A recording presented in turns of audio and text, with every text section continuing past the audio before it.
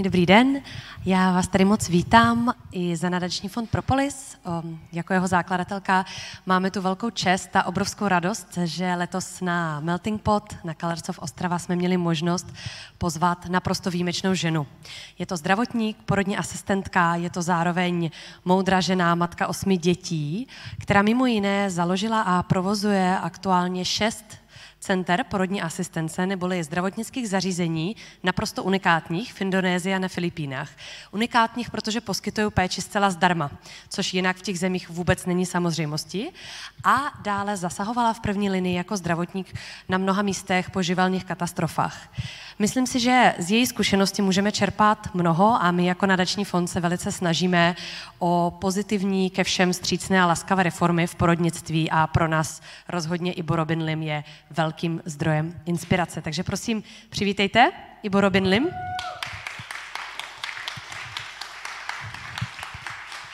Hi. And welcome to the Czech Republic. Welcome to Ostrava. Selamat siang. So we're going to talk about something today that's not the happiest subject.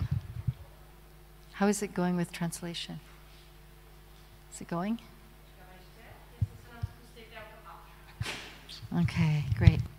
So one of the things that I do on top of regular midwifery and advocating for human rights in childbirth is I respond with our team at Bumi Sehat to natural disasters. Bumi is the Earth Mother and Sehat is healthy, so we're Healthy Earth Mother Foundation. Next slide, please. Oh wait, I have a clicker. I have a clicker. I'm not used to being in control. Okay, so we have responded to these different disasters. We had terrorist bombs in Bali, Indonesia in 2002. In Aceh, we had the 9.3 earthquake and the very famous Indian Ocean tsunami on December 26, 2004. And we were able to respond 3 weeks before the Red Cross because we're a small team within Indonesia. If you're in Southeast Asia, then you don't have to go through a lot of paperwork. You can immediately respond. We were in all of these different disasters. Earthquakes in Padang, Jogja, Haiti in 2010. Philippines had a super typhoon in 2013. We're there still. We're also in Aceh still. We didn't have an exit strategy. We stayed. Palu, Indonesia. We had an eruption also in 2017 to 2019 of our volcano in Bali. Typhoon Rai in 2021. Earthquake in Bali 2021. And then, of course, the global pandemic. So I feel like the global pandemic was something so unique because all of us were on the stormy sea, but we all were in our small boats by ourselves and very isolated. So one of the things that we know from the statistics is that when a disaster strikes, whether it's a natural disaster or a war, women are hit hardest and children by the disasters. Also, the response to disasters is very gender specific. The needs of men are mostly addressed rather than the needs of women and children. So this is something that the nonprofit organizations, especially the big ones, need to look at very carefully. Women are 14 times more likely to die than men in a case of a disaster. Here's some people, one of our executive directors in the Philippines and one of our mothers who gave birth in the tent in the Philippines after the giant superstorm Haiyan. So you can see the size of the storm. You can see the southern and central Philippines there. You can see a couple who lost their son in the ocean surges during the typhoon, and then a couple of weeks later they were in labor with their second baby. And 14.5% of the entire population of the Philippines is pregnant at any one time. So when the 9 islands were destroyed and everyone was left homeless, we had over 2 million pregnant women to try to somehow help. Life stories. That's our volcano in Bali. So in Nepal, after the big devastating earthquake, we have many, many stories, but this is a particularly beautiful story. This mother came to us in an ambulance. When the ambulance arrived, we could hear it coming. She stepped down, and the ambulance was full of the grass for feeding goats and also the poo of goats. And when she stepped down, we could see that she was not in a normal labor. She had 2 babies. And her name is Dewi. All of the women in these pictures gave us permission to share with you. Dewi told us repeatedly that her children were born homeless. The first baby was a simple, easy birth, but the second baby, we had very intense distress, and fortunately she was able to reach us before the birth because without the help of skilled midwives, I don't think her second baby could have possibly made it, and then she hemorrhaged, as many mothers do when they're malnourished. And you can see there she's holding solar lights and water filters, which is some of the things that we provide for all of our mothers in disaster zones. This is Ibu Eli in Aceh, Indonesia. 2 of her 4 daughters died in the tsunami. And then 11 months after the disaster, during the time when everyone was homeless, everyone was dependent on rice from the government, no one had a steady source of work or food or even drinking water, she gave birth to twin daughters. It was really an incredible celebration and a symbol of hope for the people of Aceh. Her daughter was 14 at the time of the tsunami and had a dream to be a midwife. And her daughter was there when the baby sisters were born. And this young teenager who was holding her baby sister when the water took her away from her arms, she went from extreme trauma to dedicating herself to be a midwife. We paid for her education, and she's now a beautiful practicing midwife in Aceh. This is back in the Philippines. On the day of the storm, this midwife, Joy, she pushed a new mother through the hole that you see in her ceiling. With a 1-hour-old baby, she and her husband and her toddler and a nurse that was working with her were able to go up in the hole. The roof blew off, and they were still able to survive by holding on to the wooden beams in the roof. And you see there, it's her. She calls her birthing center the 7 Angels Birthing Center. These 2 mothers in the Philippines are sisters. The one in the white dress was in labor in our tent. We have 2 labor beds in the tent. It's just maybe 2.5 meters by 3 meters, this beautiful tent. She was in labor, and just as she was pushing and her baby was crowning with her first baby, her sister was expecting her 3rd baby. Her water released all over the floor of the tent, and they were laughing, and they had their babies within 1 hour of each other. When we asked them if they had a home, they said, yes, we have a home. So we took them there afterwards. This is their home. This is all that was left of their home. Just a little corner of concrete. And we were able to provide them with, we do family buckets, and that's a big bucket. Inside is a tarp, a little cook stove, some fuel, rice, some beans, like mung beans, lighters so they could make a fire, water filter, solar lights, everything that they need to just bare minimal survival. The tarp they can hang up and make some kind of a roof from the rain, and they can catch the rain in the bucket, and then they can filter it for drinking water. But these sisters were so amazing together. These twins, the little boy, Shirley and her husband, the twin boy, Gian, he's wearing a yellow hat. He had a very inoperable schisis where all of his intestines were born on the outside of his body, and we were not able to find anywhere where we could take him, even to Manila, for operation. So he lived only 5 days, but he had a lot of love. His sister, the younger of the twins, is growing up beautifully. Good practices. We always try to collaborate, midwives, doulas, and doctors and nurses. So you can see the hope for the future, in my opinion, is collaborative care. Those of you who are in childbirth, how many of you are working in childbirth in one way or another? Yeah, doulas, midwives. And how many of you are expecting a baby? 1, anybody else? 2, hi. And so you can imagine if you become homeless and you have no drinking water and no food, it's really traumatic. These are traditional birth attendants in Aceh, Indonesia, working alongside the licensed midwives. The man there is from Direct Relief International. And you can see that these midwives have really grown their practice working with the traditional cultural midwives who were not trained in school, but they were trained in beautiful grandmother to granddaughter relationships of apprenticeship.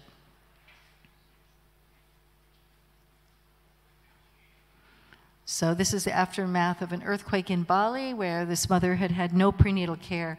She lived so far away from any kind of help.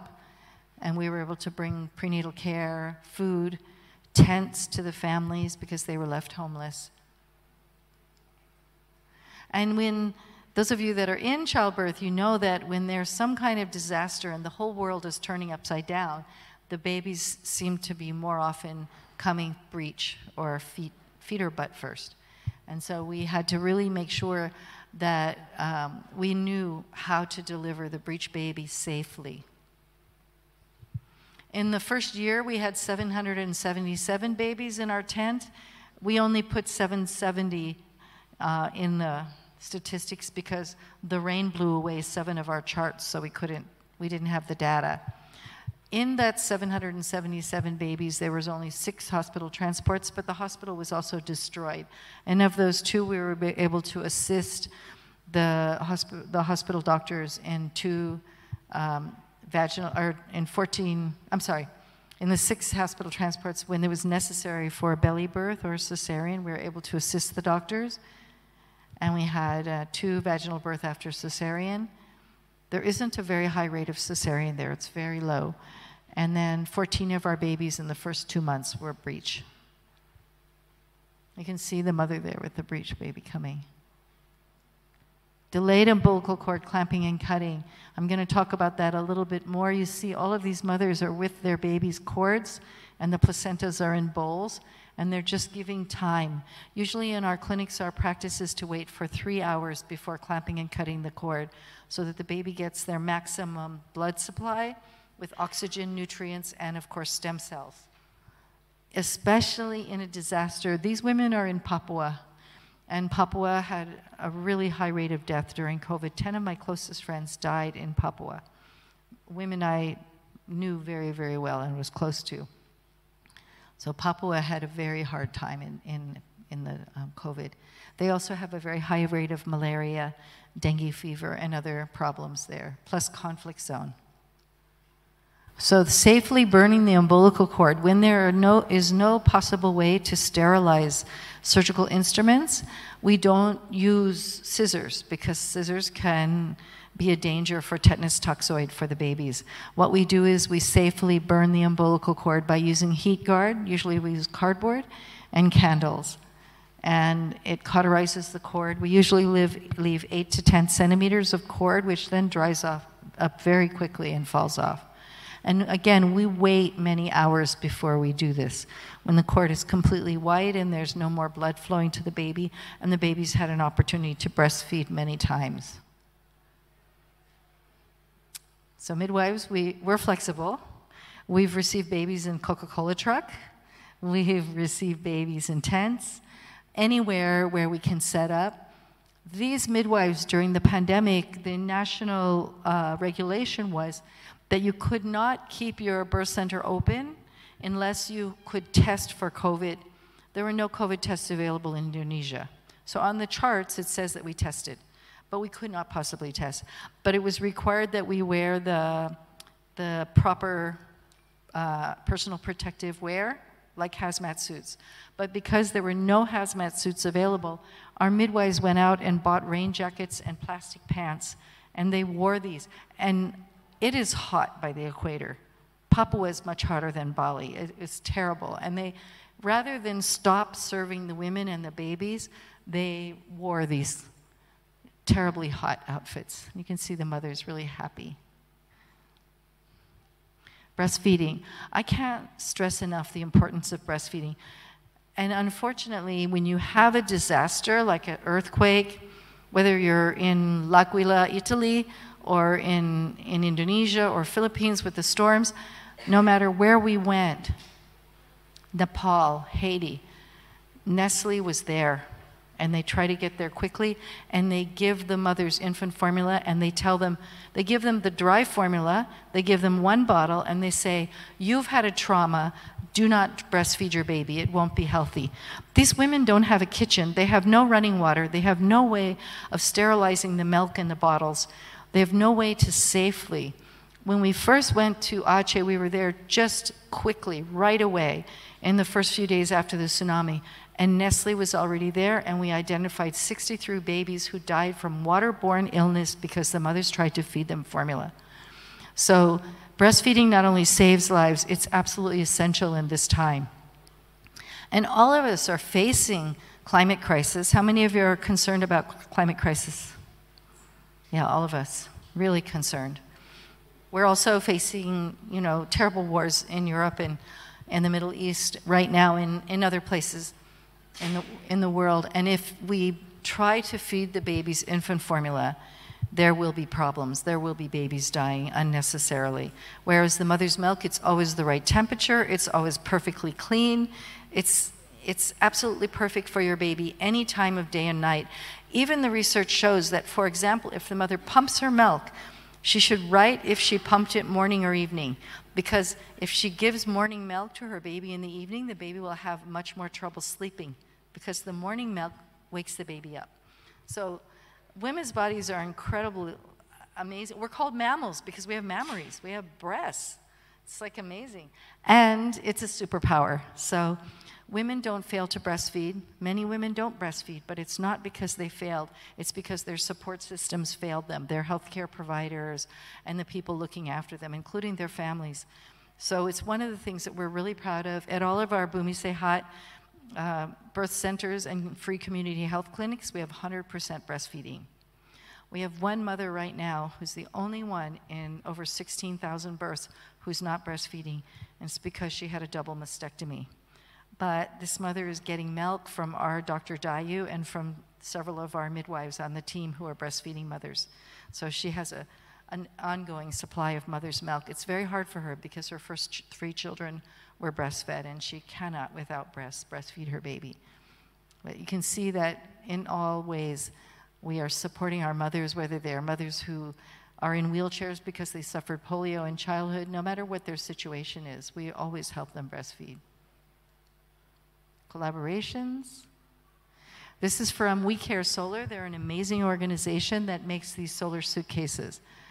And we could do really surgeries that no one would try out in the field, but there was no hospital to transport to.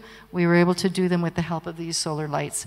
We also placed these solar lights, over 100 of them, in the far-flung areas of the Philippines to try to get the midwives out in those areas back working so that they could be open all night, even though there was no electricity. They also have water filters here, and this is one of our midwives, Joy, at the Seven Angels Maternity Clinic, and she's so happy to have a solar suitcase. It also has a provision with like an octopus that you plug it in, and it can recharge any kind of phone. So people would stand in line to plug in their phones and leave them with us. I really encourage all of you in this day and age to go out and get yourself a good solar light. Please do that. And a good water filter for your family. Put it in a bag, make photocopies or some kind of copy of all of your things like passports, driver's license, health cards, anything that you need if you lose everything, okay? Put those in. If you have someone in your family that has special medications, make sure that there are some of that in there. If you have pets, put some of their food in there. Put snacks for children that are not perishable. Put some protein. I mean, in my family, we have I call it the jump away bag or the go bag if we have nothing. I have a little tent in there. I have a couple yoga mats, some towels, some sarongs, and snacks for the kids. I have canned tuna because it's easy to open. It has just this opening, and then it's protein for the children. And so this is the kind of thing, please try to organize just a little bit in case there's a disaster. And a friend of mine was called by the Houston police and taken to a place where a mother was on a second story of her house. The whole first story of the entire neighborhood was flooded. They took her on a little boat, and she was able to deliver the baby when the mother was in labor in a flooded house. Okay, this is a premature baby being held. Actually, the shirt of the baby's open. This is Jacqueline Aurora. She's one of our beautiful midwives. She started out as a doula, then became a lactation consultant, and went on to study midwifery. She's now running an incredible program in Hawaii that responded to the fire in Lahaina last year. And she's holding the baby skin to skin while the father takes the mother to the bathroom. And we had tents for postpartum and tents for birth. You can see this. This is Lorena, the midwife, holding the baby. I don't know if you can see this beautiful baby. And she's just giving that mother a moment. Instead of just putting the baby right up on her right away, she's letting the mother have a moment to shyly get to know her baby.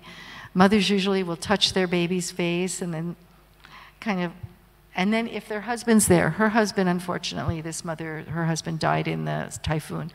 But if the husband is there, the mothers invariably will look at their partner and say, "Baby looks like you."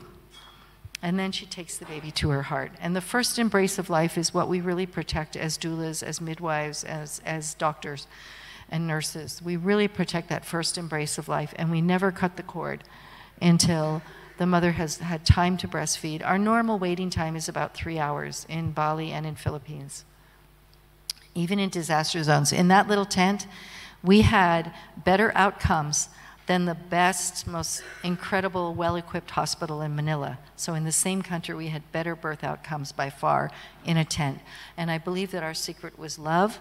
It was skin-to-skin contact, no separation of mother and baby, and breastfeeding, and delaying cord clamping and cutting. So this is a non-pneumatic anti-shock garment. We put it on the mothers who have hemorrhaged. Say a mother has given birth in the middle of nowhere, and somehow someone from the family comes to us, and we reach her, and we see that she's bled out. We can put her in this anti-shock garment, which pushes the blood from her legs up to her heart, and then we can get an IV in her. And you can see she can still breastfeed. It's actually open so that we can, if there's anything that needs to be taken care of around her vagina, so we don't want, if she has some retained placenta or something, we can deal with that. And here we're doing a training. That's actually a Polish midwife who is helping our Filipino midwives, and she's learning with our Filipino midwives about this beautiful anti-shock garment. There's no electricity needed. It's just, we can put it on, we can wash it. They say that they can be used up to 80 times, so we wash them and put them in the sun and use them again. They're really amazing. This is our midwives, some of the dads holding their babies. We had tents inside of a school building, a doula, someone from Direct Relief International. There's an OBGYN in the back. She's from New York City. And our team just worked together all the time. And then we had these little pop-up tents that we slept in. What we did was we commandeered a school building with a room about the length of this room, but half the width, and we were able to set up the birthing tents inside, and we got a roof put on. There was no roof, so when it rained, it was like a swimming pool on the floor, and we would use our slippers to push the water out. So we did get a German organization to put a roof on our building. This is when babies are born in the back of trucks, when people come to us, and our midwives jump out and help. This is a mother being transported for a hemorrhage in a truck.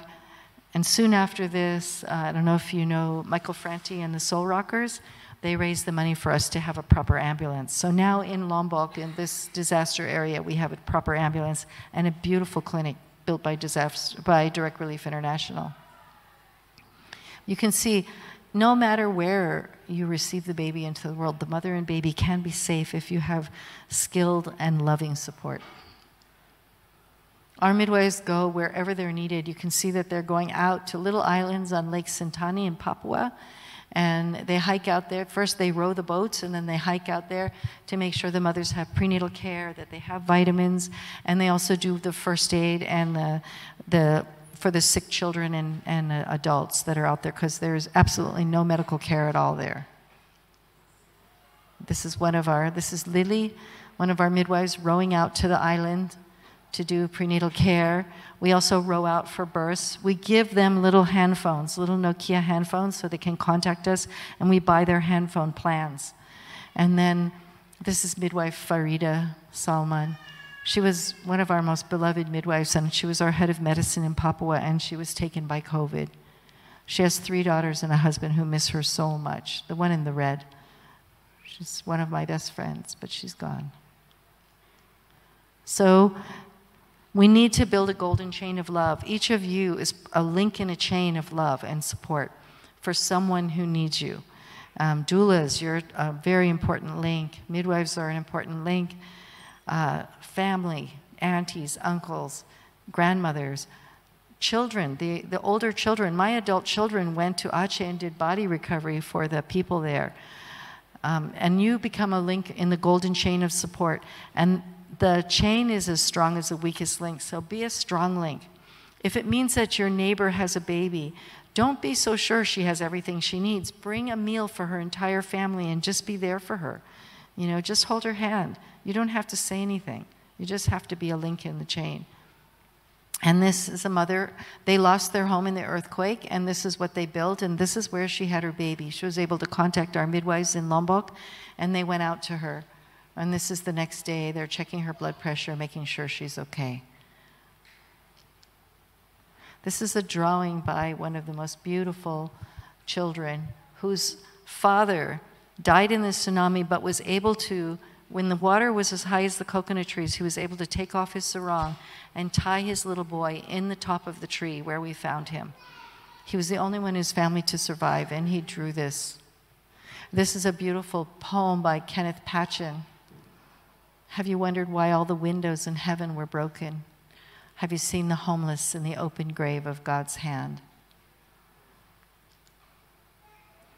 Okay, and so in this era of climate crisis, we midwives and doulas are uniquely prepared to serve.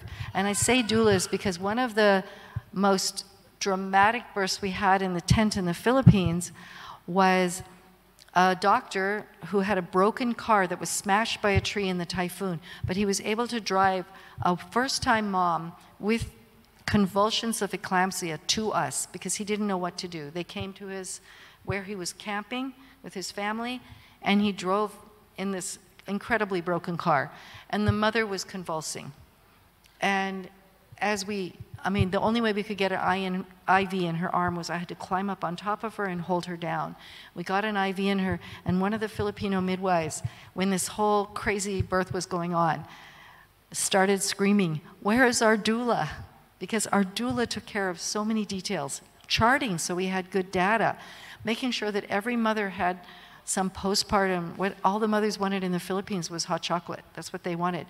So she made sure that we found the chocolate, we found the milk powder, and she made it and made sure every mother had it. This is Ibu Budi. There she is with the Rohingya mother helping after the Rohingya people where they walked barefoot from Myanmar all the way to Bangladesh. And here she is. Her own village was completely destroyed in Lombok. And Ibu Budi is one of the rising stars in midwifery and loving care. She's so amazing. And she went from finding her own village with her own family completely destroyed to becoming head of medicine at our clinic there in Lombok, Indonesia. This is a twin mother, a mom, Ida Bagus. She arrived and gave birth quickly to twins. The second one was breech, all safely born with us. And we're using her picture to ask for help and support for Bumi Sehat, because sometimes we need support, a lot. Because when you give free medical care and educational opportunities away, it's not inexpensive. So the thing about woman-to-woman care for mothers in pregnancy, birth, and postpartum is it's culturally safe for all women of all cultures.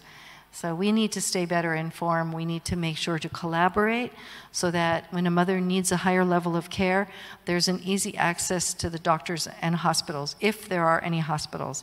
But if she needs to go to the hospital, we are there for her. We have a system of support. And love. Love is, I believe, our key. It's what makes it all work. Okay, thank you.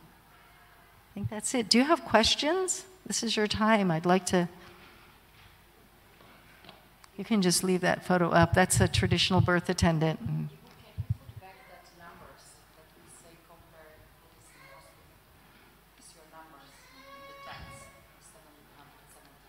Oh, I can try. Here, I'll let you do it.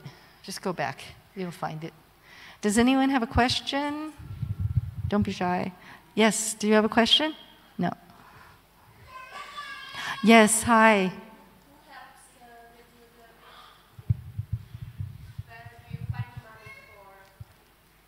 That's a good question. I'm a ruthless beggar.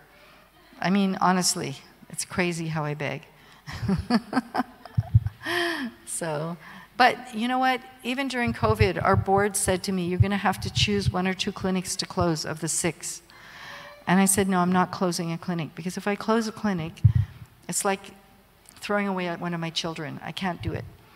And our contributors were so kind and loving and generous. Oh, are we still translating? Good. They were so kind and loving and generous that they were able to keep all of our clinics open for the entire pandemic, even though most of our donors are small donors, and we're in financial crisis. Yes. Wait. Thank you What for is the your name? presentation. Elena. Elena. And what is your name to the mama who's expecting a baby? What is your name? Jana. Jana. That's right, I asked you yesterday.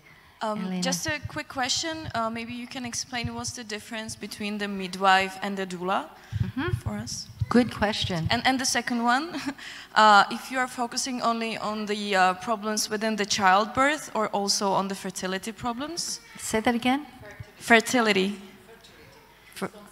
Conception, yeah. Oh, okay. We do have programs for fertility at Bumi Sehat, mostly in Bali, where we do acupuncture. We provide the women with vitamins, because a lot of times they're infertile because they're malnourished. And so we also do natural family planning, the Billings method, so the women know when their window of potential fertility is. You see in many cultures, the women will find a way to avoid their husbands when they have some wetness coming out of their yoni, but the wetness is a sign usually of fertility, if she doesn't have any sickness. So you find out that they've never made love when the woman is fertile, sometimes in years. And once we tell them, they're immediately pregnant within one cycle. So, and what was the first question? Doulas and midwives. Okay, doulas give continuous non-medical care to the mother, comfort measures, like rubbing her back, like helping her feel secure, like making sure that oxytocin is the hormone of love. And when we have oxytocin flowing, we just do better and have easier, simple, usually shorter labors and nicer childbirth. And so midwives are, however, medically trained, and they can deal with most emergencies, and they know when it's out of their scope of practice. For example, midwives do not do cesarean birth. You know, that's a specialty of the OBGYN.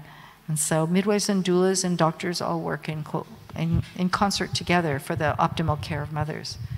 And all of them are essential. I mean, I remember when I was a younger midwife and I thought this doula thing was crazy. What do we need a doula for? But I did find out over time that I was a better midwife when I had the support of a doula on the team. So for the mother, doulas are incredible. I know a lot of the dads find that doulas, and statistically they found that the dads observing how the doulas care for their wife, the wives later report that he becomes a better partner. So, you know, there's so much magic in that. And it's an ancient profession. It's been around for forever. Women taking care of women. Yeah. How many doulas are here? Quite a few. Lily is a doula. Who else is a doula? Not so many today. Yesterday we had a lot more. So, any more questions? Yes. You didn't bring your boy today. Well, Daddy is taking care of him. Ah, I need nice. a break. You know, I'm wondering, what do you think helps the women to get in a meditative state while they're giving birth? Be in a meditative state when they give birth. You know? Meditative state? Yes, because in my personal experience, you know, when I had contractions, I really liked it, I enjoyed it, but then when it came to pushing, I just kind of lost that feeling. I had to be induced. I was planning on home birth, but unfortunately I had to be induced because my water broke and I had to go to the hospital. But you know, I kind of lost that, and if I have a second child, I would like to know how to do better. I don't know. That's an interesting question because I gave birth 5 times, and each time I went from calm to, oh my God, there's like a tsunami happening inside my body. Part of it is I had someone, even when I was a teenage mom, I had a friend who was like my doula. She had no special training, but she really knew how to calm me down and rub my back so my midwives could keep me calm. And I found that once my body was ready to push, I almost enjoyed that. Like it was like the labor wasn't doing me anymore, I was doing my labor, and that was really a gift. And sometimes the mothers find that. And you'll see, like, our mothers are often smiling, and when they're smiling, I know that they're getting the care they need, even when they're pushing. So, anyone else? Yes, beautiful baby, thank you for bringing it.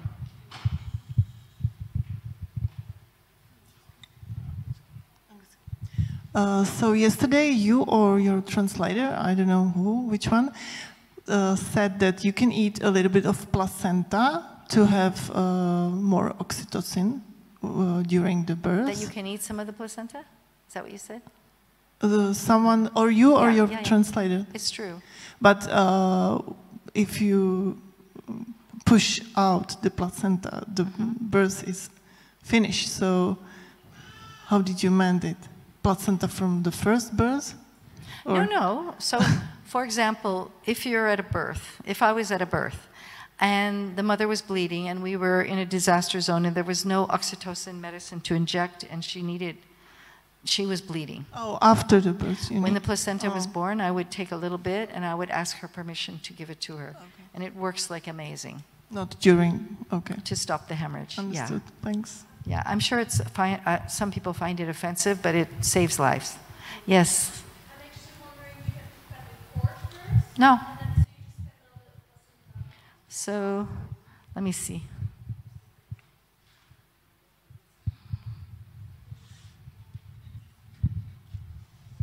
So imagine the baby's been born, the placenta is still inside, and then the placenta comes. And you can leave it intact and just take a little, it's called a cotyledon, just take it.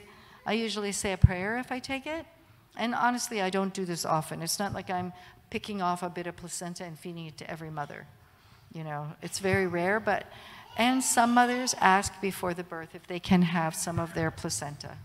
Now, I know that a lot of hospitals routinely give the Pitocin induction, but because Pitocin is very close to oxytocin, it's almost identical, it's so nice if you just support the mother and surround her in love so that she doesn't need an injection. Her natural oxytocin is flowing, and that's part of the function of the doula, is to make sure that, which is, again, doulas, without doing anything medical, just giving loving comfort care, can save lives. Yes, what's your name? I forgot to ask your name. What's your name? Linda. That's right, I asked you yesterday. Beautiful. Hi, what is your name? Hello, my name is Katerina. I was Nice not to meet you. here the whole lecture, so I wanted to ask. I don't know if you said I can't hear you. Yeah, there's an echo, right? Or Can you go and sit next to her and see if you can hear her better? Sorry. víc blíž? Now you can hear me. Yes, thank you. Okay, my name is Katerina. I was not here the whole lecture, but I have a question. What would be the most common positions that your women take when they are pushing? I don't know if you were discussing it. So, it's okay. You want to show? You can. Come up here. Many of our mothers squat. A lot of our midwives really prefer if they're upright, especially when the baby is breech. is absolutely necessary when the baby's breech. Some mothers, I find that if they've given birth in the hospital 1 or 2 times, they will lay down because they think that that is what they should do. But when we tell them they're free, sometimes laying on the side, sometimes kneeling, sometimes one leg up, holding on to their partner like this. So it is actually in the midwifery regulations in Indonesia. It says that the midwife must accommodate the mother in any position she wants to give birth. So this is a very special thing that I'm happy about that. And do you think that your women giving birth, that they come to meet you, that these women, when they choose the position, they choose it naturally because they feel like it, or you have to guide them? It depends. Like if they seem to be preferring to lay on their back, and then the birth is just not going so easily, then the midwives will say, hey, you want to try something else? And then sometimes mom will say, well, normally when I poo, I squat because we have squat toilets in Indonesia. And that I feel like this baby's like a poo that won't come out. And they squat and the baby comes. Yeah. Anybody else questions? Do we have plenty of time, or are we running out? Yes. Yana.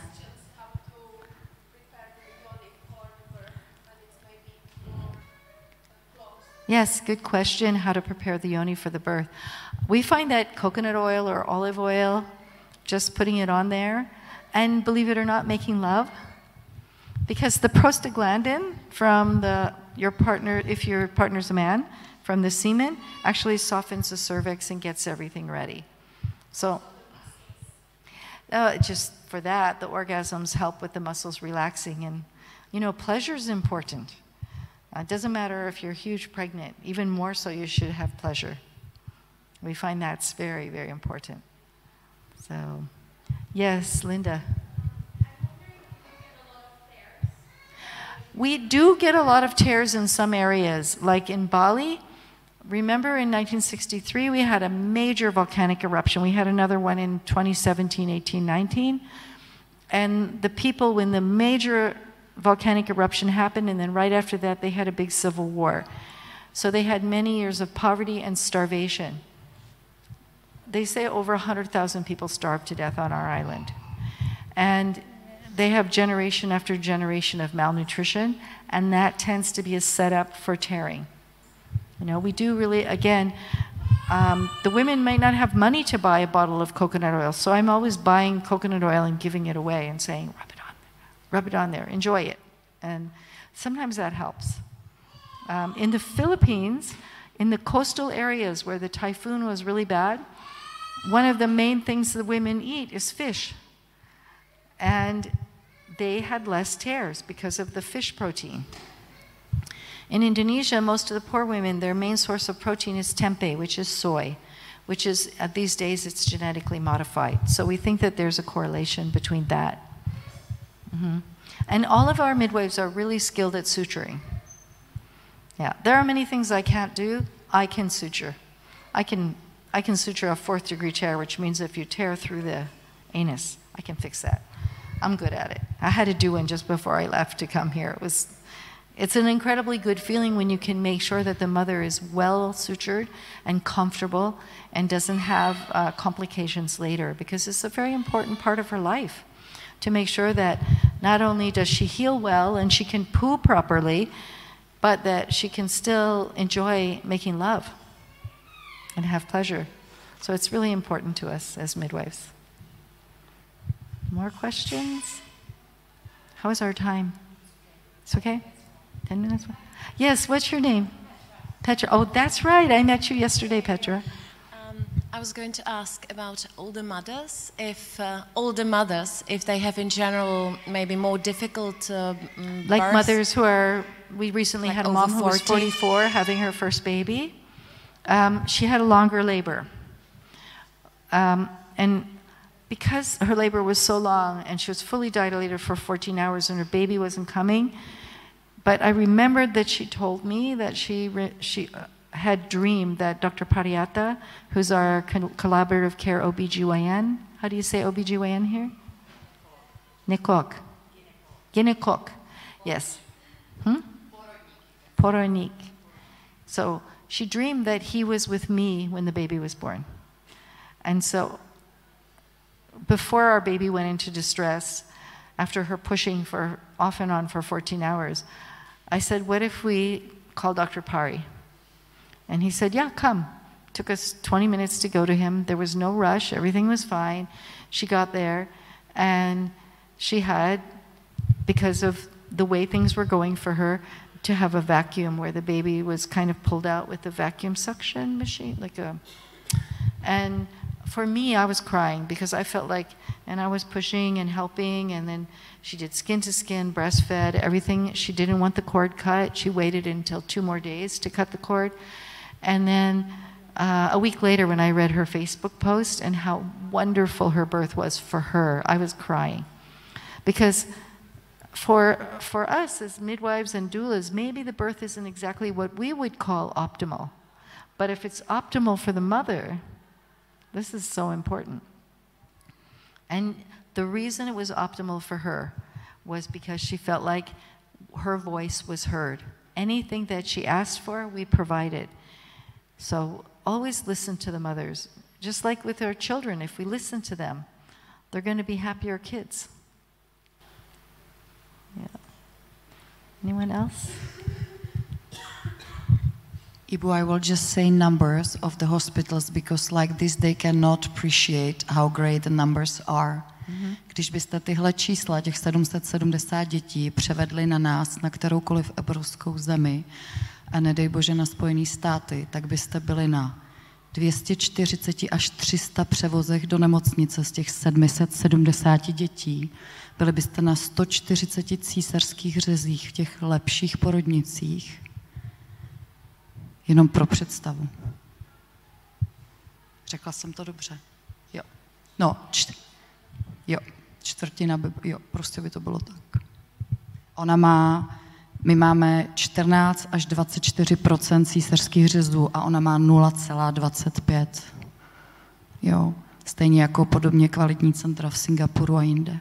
I just said the numbers, which will mean, so now they understand your numbers. Change slides so we're not all looking at the Mama Zainis. It's a beautiful bridge. Come on. Everybody needs to see the bridge. Yeah, it's beautiful. It's beautiful. Yeah.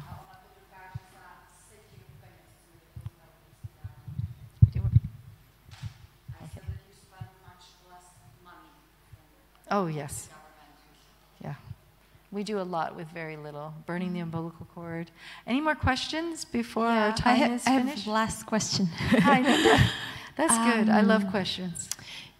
As I mentioned, I had to be induced in the hospital, even though I planned on home birth. I had to go to the hospital to be induced with Pitocin, and it was in the United States. And I tried to induce it naturally. But what is your recommendation when water breaks and the labor doesn't start? What do you suggest to the woman? Because here in Europe, it's in the hospital they give antibiotics after 24 hours. I think it's different in every country. In the United States, it's a little bit different. But I'm just wondering what you do in this case. That's a really good question. So if the mother's water releases, normally within about 24 hours or less, there will be spontaneous contractions, especially if she feels relaxed and supported and not rushed. But what happens is you have to report to hospital, right? Now, if they report to the birth center and her water's gone out, we usually just say, let's just be quiet and wait. Give them a room, give them their privacy. You know, help them watch a funny movie on their iPad. If they need one, we'll loan them one. Take care of their kids for them. And then, if nothing happens, we will, after 24 hours, it is required, and we are 8 degrees below the equator, and it's really hot. And the chance of infection, in my opinion, it's better to give the mother antibiotics than to have a baby that's septic and go on IV antibiotics after she's born. So we give the mother antibiotics. And we also give her like a castor oil with some hard-boiled eggs because the protein, and fresh orange juice because this vitamin C, the real vitamin C, pushes it. And normally that will work. Now, last month we had a mom whose water released and nothing happened. And we tried the castor oil and she got the diarrhea and she had contractions. It all stopped. Is that what happened to you? Yes, it all stopped. We asked her to go on the antibiotics and she was happy to do that. And then we waited. And we have acupuncture at our clinic. So the acupuncture is actually to keep her relaxed. Instead of making her go to the acupuncture room, they went to her room. She had a private room with her husband, did acupuncture. Nothing happened. Next day, she wanted the castor oil again. So we kept her well hydrated, we gave her the castor oil again, and the baby wasn't ready. So it didn't work. She had acupuncture again. But our collaborative care OBGYN agreed that as long as she was drinking, as long as she was eating, as long as she was staying hygienic and taking the antibiotics, there was no rush. We waited 8 days. And when her labor started, her baby was born in less than 3 hours. First time mom. It was beautiful. And of course, we were checking her labs. We do have a lab. I don't throw away science, you know, and I don't do crazy things that put babies at risk. But we were checking her labs to make sure there was no infection present and reporting to the OBGYN. And he came over and saw her a couple of times during that 8 days and reassured her that he was there for her at the hospital if we needed to move her. And it was just a beautiful experience for all of our staff. And I'm sure that most people in obstetrics would be mortified for 8 days. And it wasn't just a little leak of water that just sealed up. It was gushing out water. But she kept drinking. And, you know, we do have ultrasound. We don't use it routinely, but we were checking to make sure there were pockets of water and the baby was not, you know, feeling distress in there. So we did monitor her very closely during that 8 days. And that was a good outcome. Yeah. Yes. Hi. Tell me your name again. Petra. Huh? Fedula. Yes. You were at our workshop, yeah? Yes, yesterday. Yes. Thank you. Since we were talking about waiting for 8 days, it brought me to another question. How long are you willing to wait for a woman to... Sorry? Yeah, with a, so when past a woman 40 yes, weeks and yes, yeah. and maybe past 42 weeks, does it happen to you? And how long would you wait? We had a mother yesterday who's married to an Indonesian man, and she's Russian. Her name's Daria. She was 43 weeks and 2 days.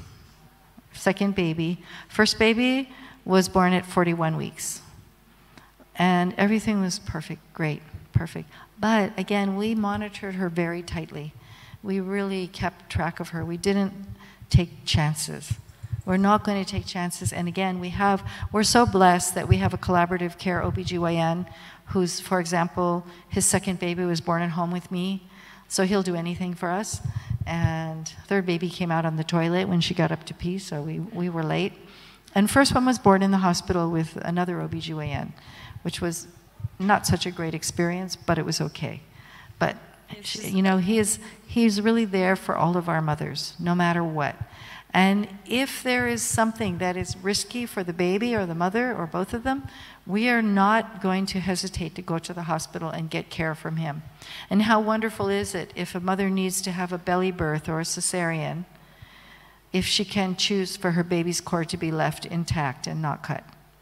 And we have that choice. Very few places in the world do you have that choice, but we have that choice. So just for your imagination, what happens here, it was my problem too, that the baby didn't want to come, but I didn't want to have an induced birth. So what happens in the hospital is that you sign a paper that you don't want it, and they send you home, and they tell you, don't come anymore. Don't come anymore. Anymore? No.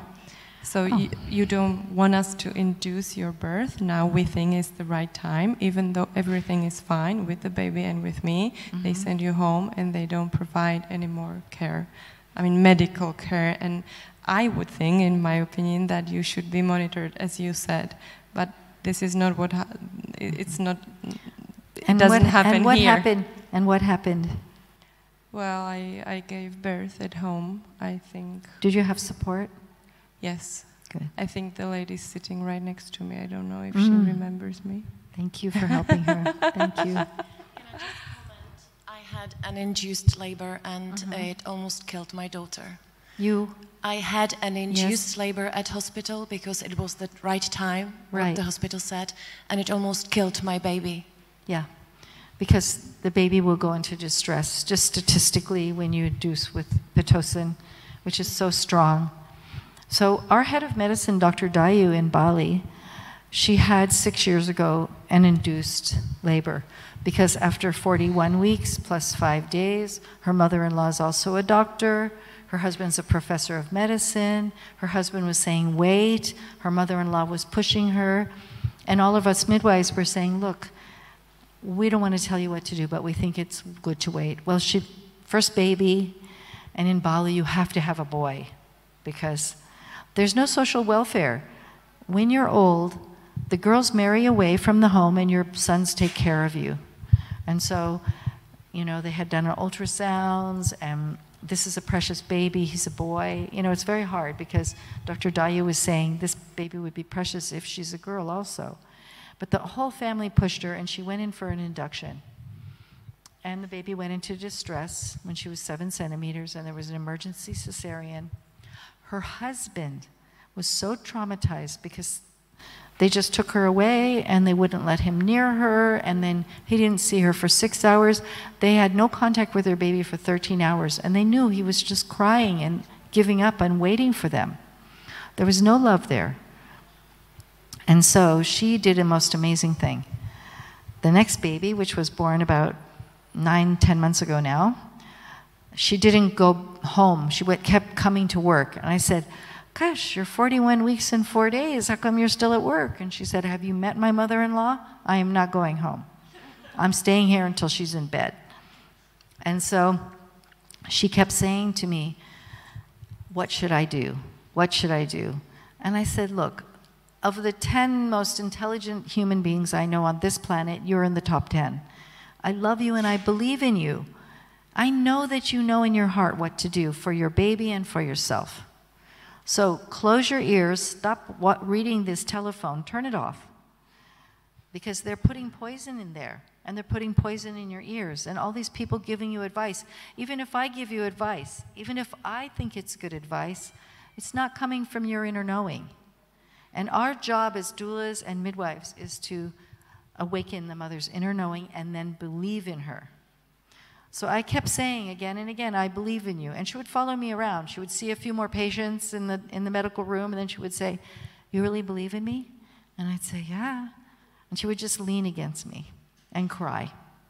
Well, she went home that night, 11 o'clock. She started leaking water. Contractions began, or expansions. Let's call them expansions. And she showed up with her husband at our clinic because I told her, I don't care if you go to the hospital. I'm going to follow you there, and I'm going to hold your hand and be your doula. If you go to the river to give birth, I will hold your hand. If you come here, all of the midwives here will hold you and protect you. She came. Now, and I know this is going to go online, but it's disrecommended to have water birth in Indonesia, but she had a water birth. It's disrecommended to wait for full lotus birth, but she waited for 36 hours before clamping and cutting the cord. And it's disrecommended to have a vaginal birth after cesarean, and her first baby was cesarean. So she broke all the rules, and she had the most incredible experience. And for her husband, he said he felt like he got his masculinity back because he lost it when he lost contact with her. He could not protect her once she was induced. And even as a doctor and a professor of medicine, he could not protect her. And he said he really felt diminished as a man. So he really feels like it was healing for him. And when their little boy came in the morning with his grandmother and saw her breastfeeding the new baby sister, his face was just, And she quickly passed the baby to her husband and took her son. She opened her shirt. She took off his shirt, and she did skin to skin with him. And he was crying. And he said, why wasn't I born here at Bumisehat? Why did I get born at the hospital? And he kept saying this. And this was a little boy that when you say hi to him, he would do this. He was always closed. He was always protecting himself. And then she just held him and held him and held him. He cried and sobbed and sobbed. Then he spiked a really high fever. And she asked me to come in the room, and she said, I know this sounds weird, but I feel like he needs an IV.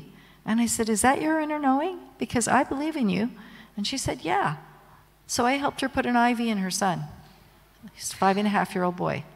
And after the IV was in, he's still crying, still saying, I should have been born here. And then he said to me, look. He looked at the IV, the plastic pipe, and he said, I have an umbilical cord. I'm being born now. I'm being born with my mom here now. And you know what? She stayed with him. After 24 hours, we took out the IV, or less, maybe 12 hours. We took it out, and he stayed there. He was fine. The fever went down. It was a really high fever. He spiked a fever of 41, just like that. Fever went down to normal, and he stayed there in the bed with his mom and his baby sister and his dad, and his grandmother would come and sit on the bed with them. They stayed in that room for 5 days until they were ready, until he said his birth was finished. So this little boy, when you say hi to him now, he runs and hugs people. He's completely transformed. He was healed by the birth of his sister and by his mother's ability to just give him that process of healing. So, he was 5.5 years old. It was so transformational. And what an incredible thing for that family and for all of us midwives. And also to have Dr. Dayu putting it on her social media. I had a VBAC, you know, and she's a doctor. Everyone's saying, don't do VBAC, don't take a risk. She said, I did it, and you can all do it. So, any more questions? I think we're past time. Gabrielle is getting nervous. One more? No, nothing? You're all okay? All right. Can I ask you to just, let's just do a little oxytocin thing. Let's hold hands, or like, I'm going to teach you the vagal nerve release. It's so simple. Get your hands warm. Get your hands warm. And then these 2 fingers. Put your fingers on your eyebrows, move up and around your face. All around, just like you're hugging your face like you would a child. And do it again. Same 2 fingers from your eyebrows to your hair and around your face. It feels so good. And then again. So 3 times. Then take your fingers and comb your hair. Mess up your hair. Come on, Papa, mess up your hair. I know you don't have much, but you look good. Come on.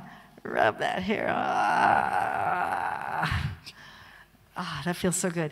Now with these 2, thumb and forefinger, just take your ears and massage all the way around.